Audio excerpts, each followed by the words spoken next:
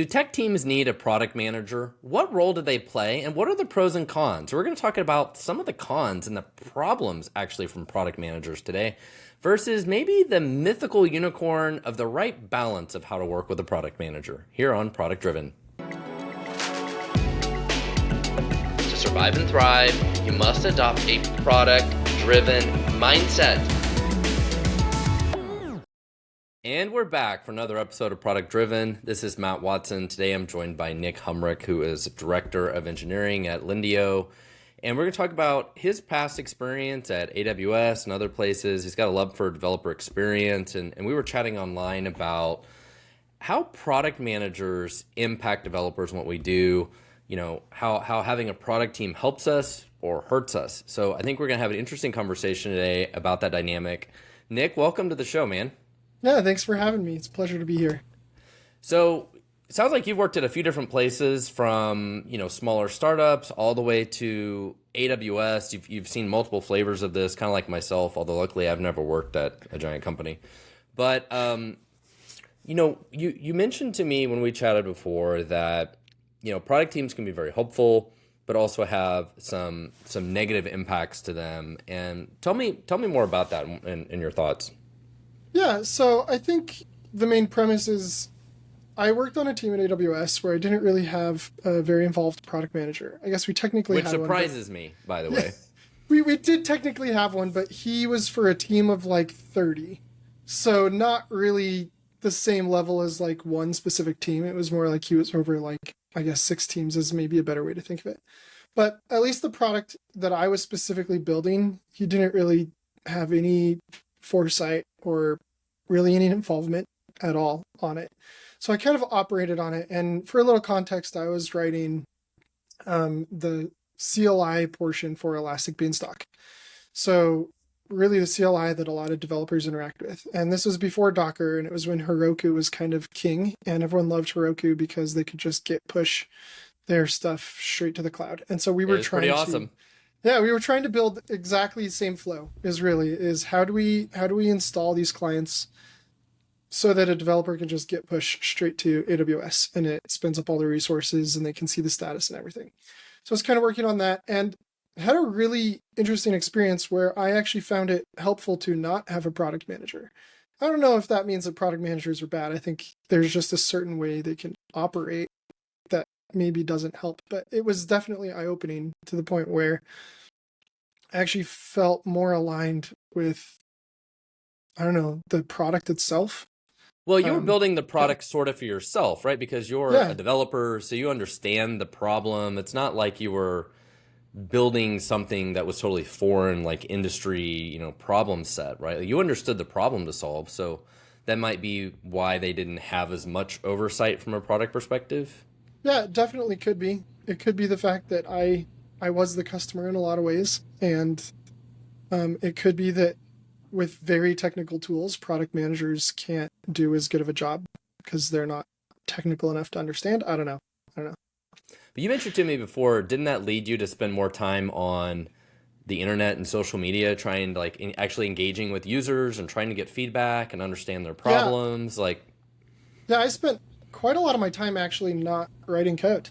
I spent a good amount of time on Twitter and Stack Overflow looking for problems that users had, actually engaging with the community. I would say the majority of my Twitter following, though I don't use Twitter anymore, was primarily from that. Is like a bunch of people who interacted with me because I was effectively the face of Elastic Beanstalk for a period of time. They were all praying that you would make our lives easier. Yeah. Save us, make it easier.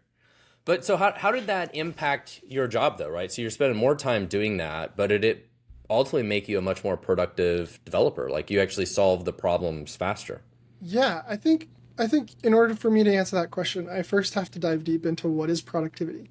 And in this case, I would say productivity is actually releasing things that customers need that actually solves the problem and encourages the business to get money. Productivity, I would not define as the amount of code that I wrote or the amount of features I released. And in that sense, I would say I was way more productive. And I say because the things that I wrote, I knew would make an impact. I had people reach out to me and I knew that this would help them. And I was able to do my own product research as to, oh, I have ideas on how I can help, on what I can build. Will that actually help you? And it allowed me to have this like engaging conversation directly with the customers before even writing any code to figure out, is this even going to work? Is it the right thing to even build? Is this even going to help someone? And I think that made me far more productive because instead of playing like whack-a-mole with random features that are in my head, I was actually building things that customers needed. Well, it forced you to take some ownership, right? Instead of the product manager spoon feeding the exact requirements of here's the CLI, it needs to do these exact 11 things, go. It forced you to take ownership and be creative and be like, you know what, I should actually talk to people and see what they really want to do. And then how would I make this easy to use? And I'm a developer and I understand how it should potentially be easy to use, where maybe the product manager doesn't even know. It forced you to take some ownership, which I think is important. Yeah, a huge amount of ownership. Like every single time a single customer would be like, man, this thing stinks. Like I'd be like, oh, that hurts a little, right? Like very, very much ownership. But another thing it does, there's like it reduced the bottleneck of from idea to starting the code, right? So the lead time of customer has a pain, we want to actually build it. The time frame between those two was way shorter because in my head, while talking to the customer, I could already start to think about how would I build this? Here's a way I could potentially solve that pain and immediately address it to the customer and ask like, will this help? Versus the feedback loop of potentially saying product manager listens, writes down the questions, goes to the dev team, talks to the dev team, maybe goes back to the customer. This could maybe go back and forth several times. So I think like reducing that was pretty helpful as well. Did you realize you figured out how to be one of those mythical 10x developers right there? I mean, I would say that some people made some mentions of it. Because that's pretty much it. Yeah. You're just eliminating all the bullshit. You're able to just get right to it. You're like, customer has a problem. Like, I know how to solve that. Done. Shipped. Yep. That's why it's 10 times faster. There were features I shipped the same day. So that. Yeah. At AWS. Yep. It's possible. We can move faster by eliminating the product managers. Get them out of the way. But how did you balance priority though? Like, or did you have other people, other colleagues that you worked on? Like, what prevented you from going rogue and like, I'm going to go build this stupid idea over here? I mean, I'd say nothing prevented me from going rogue. In a couple of cases, I probably did go rogue. But like, how did I prioritize? I just did it myself based on what I felt the needs were, right? Like I listened more to customers than anyone else. I definitely did have people telling me internally of like, what should I build and where should the tool go? And I listened to that only as far as it made sense strategically. Like, what does the business know about future strategy that I don't know that I can help the company work towards? But otherwise it was like, let's just solve the pain points. Let's just listen to customers. What are they struggling with? I think was insanely effective for me was just watching all the frustration on Stack Overflow. Yeah. Like, how does this even work? I don't even understand this. Why is this confusing? And really addressing that. Like, how can we eliminate those pain points? Well, I think that was a great experience for you. And I think ultimately the mode you were working in there is the mode that most startups work in, right? Like if I go and start a company tomorrow, I'm exactly in your mode. I talk to the customer, I'm doing research. I think in my head, okay, how can I solve this? I immediately go prototype it. I go back to them. I get their feedback. I ship it. Like you're able to move so fast because you don't have all this layers of management and bureaucracy and waiting for decision making, right? You're able to make the decisions, move and go. Mm-hmm. And that's why we're able to move so much faster. And, you know, part of my goal with the product driven channel and life in general is we need more of this. How do we move faster? How do we eliminate some of these hurdles, you know? And I know in the bigger company gets, you're going to have more hurdles. You're going to have more stakeholders. You're going to have more priorities that people are fighting for. Like it's natural, but ultimately you need to figure out, you know, how do we move quicker, right? I'm the guy that I run on a sense of urgency all day. I drive other people crazy. But so then you mentioned before, like, okay, I've worked at other places that have a product management team, be it a good or bad product management team. that kind of changed your point of view? Like, okay, I'm still a developer and now I have a product manager. So tell me more about when you worked in that mode, how different the experience was. Yeah, I think most of the time when I've worked with a product manager directly on my team, it's it's teetered on the side of being a code monkey in the sense that like here are the tasks, go do the tasks. And it's almost like the product manager is really the true owner of what gets built, what doesn't get built. Um, I found that certain teams, so as I moved up management and I would work for other and like other teams would report to me, I found that there were some teams that would struggle with doing the right thing because a product manager said they didn't have time for it. And that like really frustrated me in the sense of like, well, we didn't write tests because we were told that it wasn't worth it. It's like, well, yeah, of course a product manager is always going to tell you that, right? Like they're Yeah. not the ones living in the code. Um, I mean, the great product managers understand it. And so, um, but there was always this battle between like what the product manager wants, which feels a lot like just feature development often, versus what the devs want. And kind of going back a little to what I was hinting at when I was at AWS is a lot of the things, the ideas I came up with and the things I wrote code for was based on customer pains. It wasn't necessarily features. And your own Like, creativity, yeah, right? You're able to use your creativity where if you're working through the product manager, your creativity is more stifled and you're dealing through their lens of that feedback, right? Like they may be still getting that same kind of feedback, but now you're only seeing it through their lens. yeah, absolutely. And I addressed a lot of the problems without writing features. Like it was like, oh yeah, I could see that this is a little painful. Okay, let's fix that. That's not really a feature per se.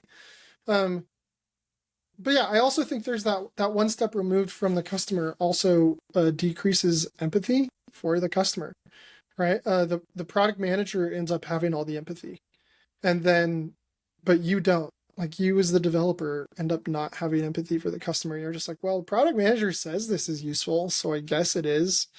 Um, and there's like a weird level of trust, and if you have that trust, I think it works fine. But I don't think anything tops actually talking directly to customers. Like I don't think you can replace that with anything. I think putting a person in the middle of that is probably harmful. Maybe someone to facilitate it, but not someone in the middle to intercept it and prevent you from talking directly to the So customer.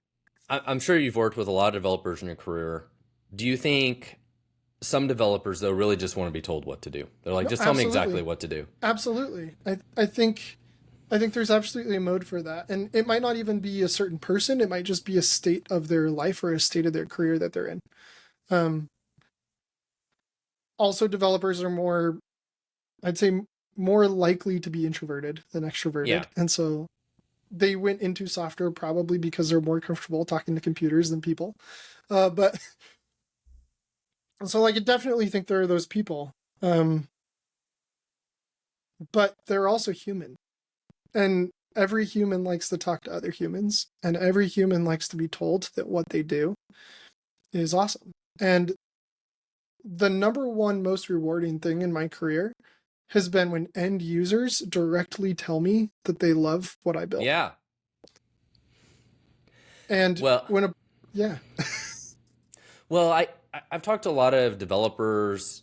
The worst actually for this for me was startup founders. Like actually startup founders who are technical, like myself, they don't even like talking to other people. I'm like, you're the founder and owner of this business. Like marketing and sales is actually your top job. And I tell them, I'm like, just pretend like you're excited to go tell the world about this thing that you built. Like mm-hmm, most developers should be excited about what they built, right? They want that feedback. They want to share it. Like, let me show you this cool thing that I built. It's like, just go tell people about the cool thing that you built. Get excited about it. Like, other people will get excited because you're excited. Just go tell mm-hmm, the world about it, you know? yeah, yeah, that enthusiasm has a lot to do with it, right? Like you're talking about like being an owner and truly wanting to own something. When someone shows enthusiasm for a product you built, Yeah. it's a feedback loop. Like you get your own enthusiasm for the thing and you want to take more ownership. You're like, oh yeah, this is mine. And I'm the one who helped you solve that problem. And now I want to do it for more people, right? Make it even better. So fast forwarding to today at Lindia where you're at, how do you take some of these learnings and apply them? Like how do you get that customer feedback loop to you and the rest of your team? Like how do you solve some of these problems today?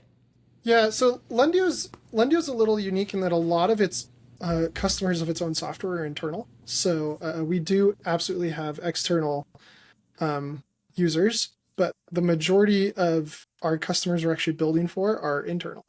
And so in that sense, it's easier to talk directly to your customer because they're an internal, they work at the same company. And so I try to really encourage people on my team, like, just go talk to them. Like, go upstairs, go talk to that person, figure out what they're struggling with. And the weird thing is, I've actually found that in some ways harder for people.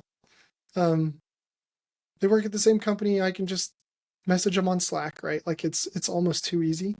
Well, you're not getting unique perspectives though, right? If it's internally and you have like a couple key stakeholders, you're like, okay, these couple key stakeholders are basically the product managers or whatever, right? So it's not like you're talking to the random person who signed up for it yesterday and like, man, I just found this new tool. I really like this feature. Like, oh my God, it saves my life. Like, you're not going to get any of that. You're going to get, oh, it's the same product manager is kind of a jackass to me and cuts me off at the coffee pot every day. Like that guy, like I just got to go talk to that guy again. Like Yeah, you're just dealing with the same person every day instead of meeting like these random new people and getting random new feedback. You're in like a little echo chamber. yeah, yeah. But and if I remember right, did you say before when we talked like a lot of your software is used by like other like you're building some embedded software marketplaces that are used by other people, so Yep. you're like totally separated from those people. Like you'll never talk to Yeah. those people. So yeah. So our software gets embedded onto other lenders and banks' websites, and then their customer that we'll never even talk to. Yeah. But really, that means our customer is ultimately the developer that is embedding it. Like that's kind Right. of how we look at it. Um, and so And we they really and have they to try don't to want to get the talk to feedback. you because they don't like talking to people. Yeah, yeah. So it's It comes definitely full more circle. difficult. It is definitely more difficult when your customers are other developers, but you kind of have to you meet them where they like to go. So what other insights do you have to this balance of working with a product team? I'm clearly product teams are important and product can mean a lot of different things and do a lot of different types of functions. Where do you think that how do we strike the right balance? Like as a developer, how do you get that feedback loop? How do you get that fire hose of the feedback? How do you get creativity? But how do you still work with a product manager and not have them stifle some of that? Like how do we balance this the right way? Yeah, I think that's a great question. I've been thinking about this a lot, and I think the thing that product managers bring to the table that is incredibly valuable is prioritization on strategic alignment. And so what I mean by that is making sure that we're building the correct amount of strategy and not just immediate needs. Um, but also balancing that with the state of the product. One of the problems with larger companies specifically is this newer term that people are calling enshittification, which is like a product is great, and then you keep iterating on it until you actually turn it worse because you've Okay, what'd you iterated call too that? much. Iterific. Enshittification. Oh, Enshittification. okay, that's a technical term.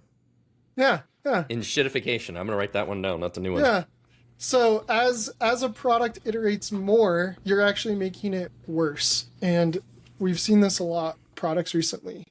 And I actually think part of the problem is as a product manager, your incentives are to build new things. And it almost encourages when a product manager is assigned to a specific team, I almost feel like there's no choice but to turn that team into a feature factory because it's the only way the product manager can justify their existence, I guess. Um, I know great product managers are going to disagree, and I think that's actually what makes them great. But but I think the problem in my mind is the pairing between a team and a product manager. I I worry that when we went away from waterfall, which was product manager writes all the specs and then we build it, I feel like we pivoted almost too much on putting a product manager on every team. I feel like having a product manager over a group of teams might be a better alignment because they can still add all the strategy, they can still be involved, they can still talk about roadmap, but they're intentionally not involved enough to prioritize everything. So they have to give control. They're too busy to talk to customers for every product that they're over, Yeah. right? And I think that's actually a good thing. It's Like finding the keeping them right too balance busy. there, I agree with you. I think is important. Yeah, forcing the devs on the team to actually do some of that work themselves because the product manager doesn't have time for it, I think is actually very healthy. I think the other thing you mentioned earlier that's important, and this is in all phases of life, is we can all be very busy, heads down, doing whatever it is. At some point in time, we have to take a step back and say, am I doing the right thing? Am I working on the right priorities?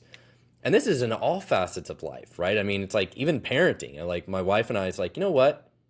We need to stop and think about how we're parenting stuff. And maybe we should make our kids do chores, or maybe we should cut their screen time versus just going through like you're stuck in this loop on a day to day of what you're Yeah. doing. And so I think it's important to have a product manager or somebody that has that bigger picture that kind of forces you every week or two to step back and be like, okay, are we still working on the right things? Are we going the right direction? Yeah. How do we balance these priorities? Like we need that sort of check, like in all phases of business and life.